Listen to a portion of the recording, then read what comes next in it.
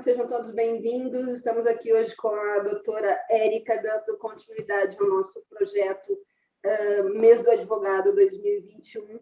A doutora Érica Viana é nossa colega aqui na Comissão de Direito de Família e Sucessões da UAB Santana, São Paulo, é nossa secretária executiva. Ela é mediadora, advogada, professora, palestrante, e hoje ela vai falar sobre reprodução assistida, um tema bem interessante, né, doutora? E para que a nossa dinâmica aqui seja de uma forma prática, a gente quer trazer essa sua visão, a sua experiência para os colegas que vão nos assistir, voltado para a parte prática mesmo. Então, a gente fez uma dinâmica de 3 perguntas, e na medida que a senhora vai respondendo as perguntas, a gente vai avançando.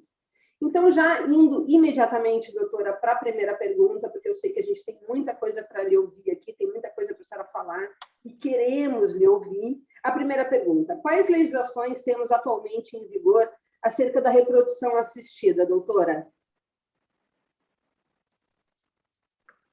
Doutora Juliana, é uma honra. Muito obrigada pelo convite. Obrigada também à Comissão de Direito de Família e Sucessões da OAB Santana, na pessoa da doutora Tânia Andreassa, que é a nossa presidente. É um prazer estar participando desse projeto. Inicialmente, para eu responder a sua pergunta, doutora, é importante fazer um esclarecimento, né, e conceituar brevemente, de uma maneira muito simples, sobre o que é a infertilidade, que é o que está relacionado à reprodução assistida, né? Então, a infertilidade, ela é uma alteração do sistema reprodutor que diminui ou impede a capacidade de ter filhos. Então, isso pode acontecer tanto com o homem quanto com a mulher, né? Tanto com um quanto com o outro. E é uma doença classificada no Código Internacional de Doenças, né? E sobre as legislações, nós temos algumas, mas nenhuma específica sobre reprodução assistida. É uma batalha que já vem há muitas décadas, né, para se ter um estatuto sobre reprodução assistida, até mesmo uma legislação específica que trate desse tema. Mas nós temos alguns artigos, né, de legislações esparsas, e algumas delas não normas jurídicas, mas normas deontológicas.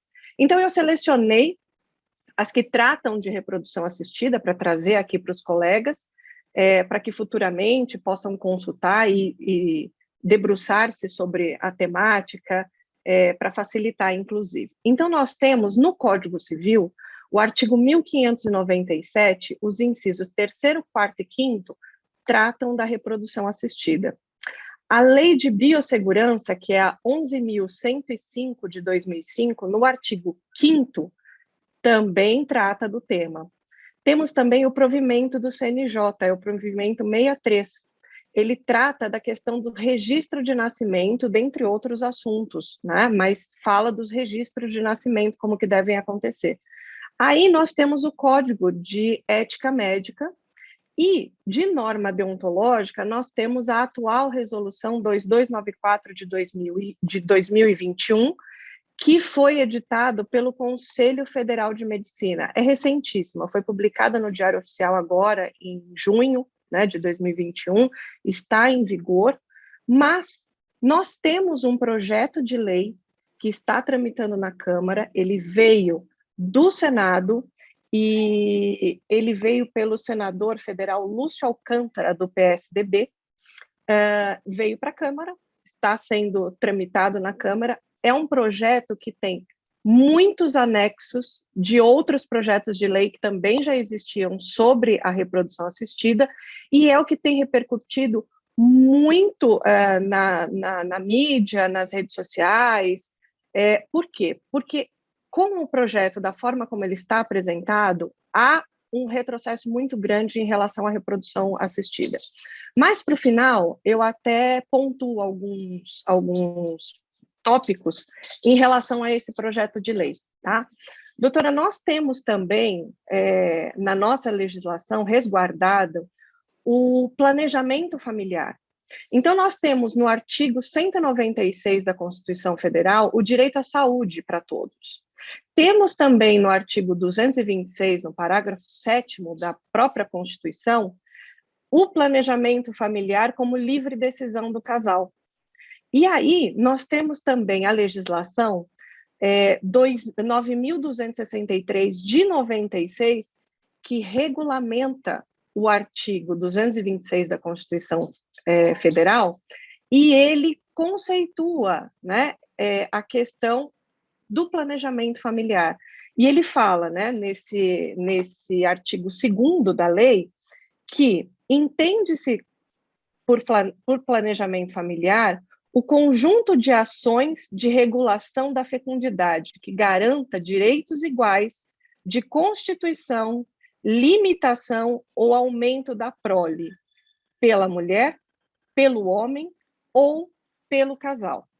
Então, doutora, nós temos ainda a própria regulamentação de legislação dos planos de saúde, né, que é a Lei 9656 de 98.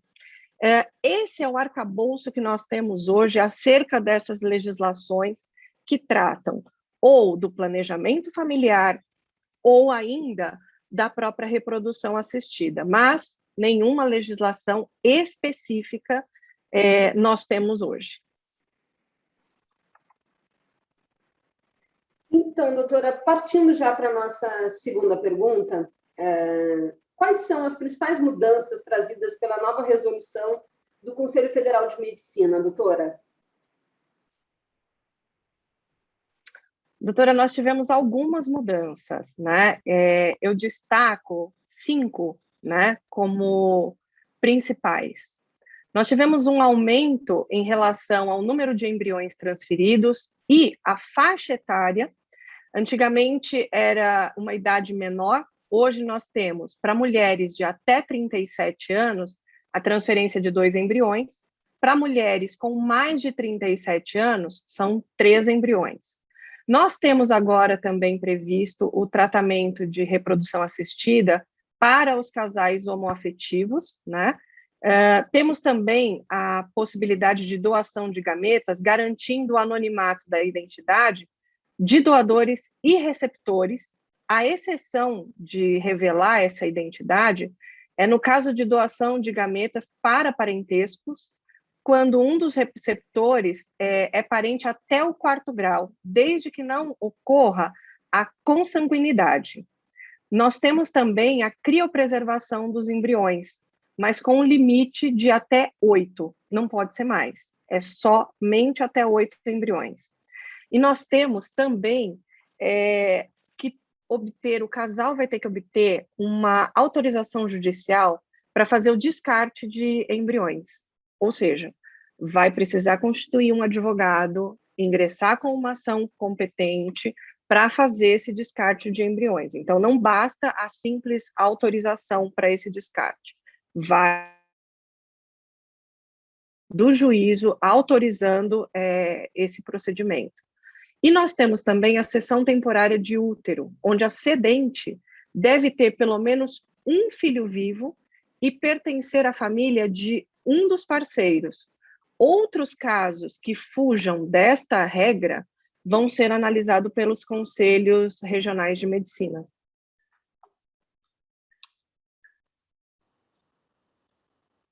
Doutora, então caminhamos já para a última pergunta, né? Não menos importante. Quais são os principais pontos jurídicos de reflexão no caso de reprodução assistida, doutora? Doutora Juliana, os nossos colegas têm alguns desafios, né?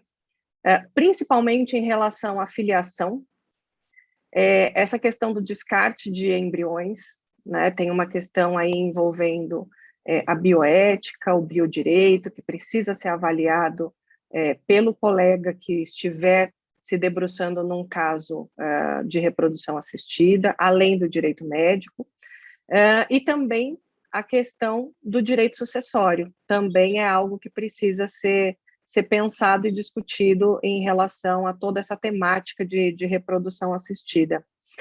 E, doutora, eu pediria até licença para pontuar em relação ao projeto de lei que eu mencionei no começo, que está tramitando na Câmara, e nós temos uma preocupação muito grande em relação a essa tramitação, porque, como eu disse inicialmente, ela vem com o retrocesso de todas as conquistas que já foram tidas ao longo dos anos em relação à própria reprodução assistida. Esse projeto, então, ele veio do Senado para a Câmara, e aí os nossos colegas, todos nós sabemos que quando vem nessa dinâmica, aprovado na Câmara, ele é submetido à sanção presidencial imediatamente, né? O projeto em si, ele tem as principais alterações sugeridas, que são, ele proíbe o congelamento de embriões, proíbe também a doação de óvulos. Quem já foi doadora e que atualmente tem um anonimato, como eu acabei de dizer pela resolução do Conselho Federal de Medicina, a identidade tanto da doadora quanto da receptora, a doadora, por esse projeto de lei, teria sua identidade revelada.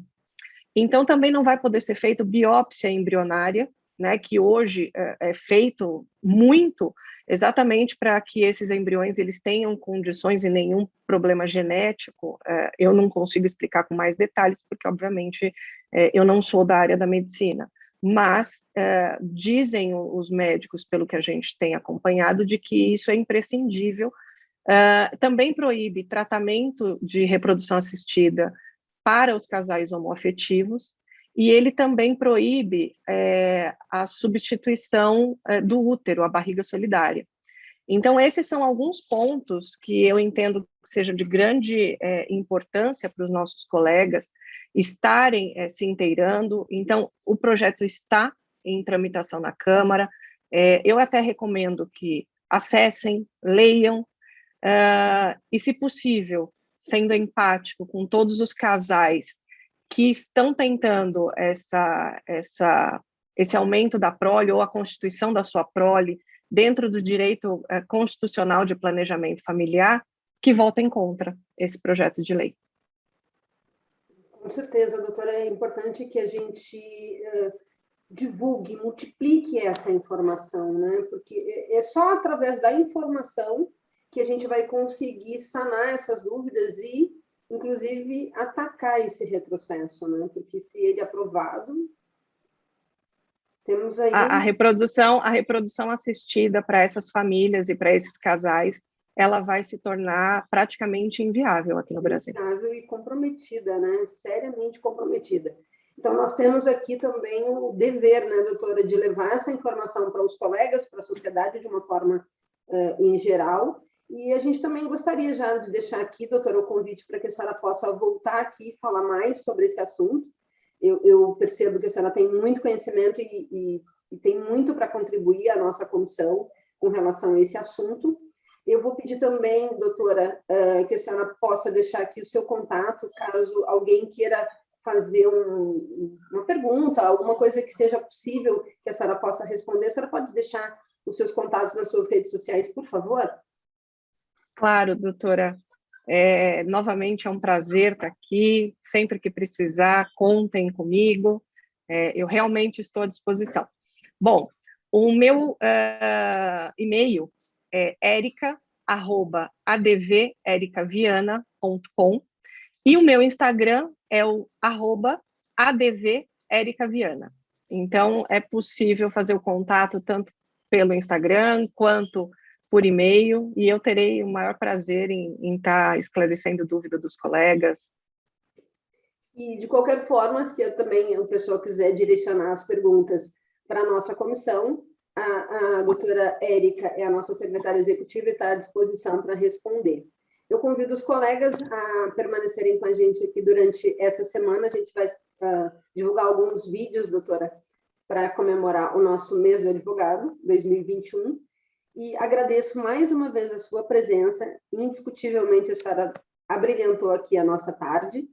E eu vou pedir que todos, de alguma forma, possam replicar esse vídeo, que as pessoas possam entender o que é esse projeto e possam opinar o que é esse projeto. Nós não podemos deixar isso cair na vala comum e eles, na calada da noite, né, doutora, ser aprovado com essa anomalia que a gente percebe. Então, por favor, já deixamos aqui o apelo para que todo mundo compartilhe os vídeos, tirem as suas dúvidas, procurem as comissões A OAB, ela tem vários locais onde a pessoa pode procurar a sua mais próxima, do seu escritório, da sua casa, enfim. Há grupos de estudo, né, doutora, com relação a esse assunto também, com relação à reprodução assistida. Então, tenham dúvidas, procurem a OAB, procurem a comissão. A Casa do Advogado está aqui para a gente poder se juntar e ter essa formação, né? Ter essa... Se nós conseguirmos, doutora, com um pouco de sabedoria de cada um, juntarmos isso e fazermos disso informação para que as pessoas tenham ideia do que está acontecendo, eu tenho certeza que algumas pessoas vão conseguir a reprodução assistida que tanto estão buscando, né? A gente sabe que isso é um dilema para muitas pessoas, né, doutora? Para muitas famílias. Sim, são muitas famílias que não conseguem aumentar a sua prole, né, terem os seus filhos, e a gente lida com sonhos, né, doutora? Exatamente. São sonhos de família, de constituição dos casais, às vezes não é um casal, às vezes é uma reprodução assistida, mas para somente uma mulher ou somente um homem, que necessariamente não são casados, mas tem o desejo de ter filhos. E é um desejo que é amparado, né? Familiares, né, doutora? Isso é importante. E é um desejo que é amparado, né, doutora? Muito obrigada, doutora. Muito obrigada mesmo pela sua participação aqui. Fico aqui o convite a todos e, em breve, eu tenho certeza que a senhora volta aqui para a gente falar mais sobre isso, doutora. Um grande abraço. Obrigada. Um abraço.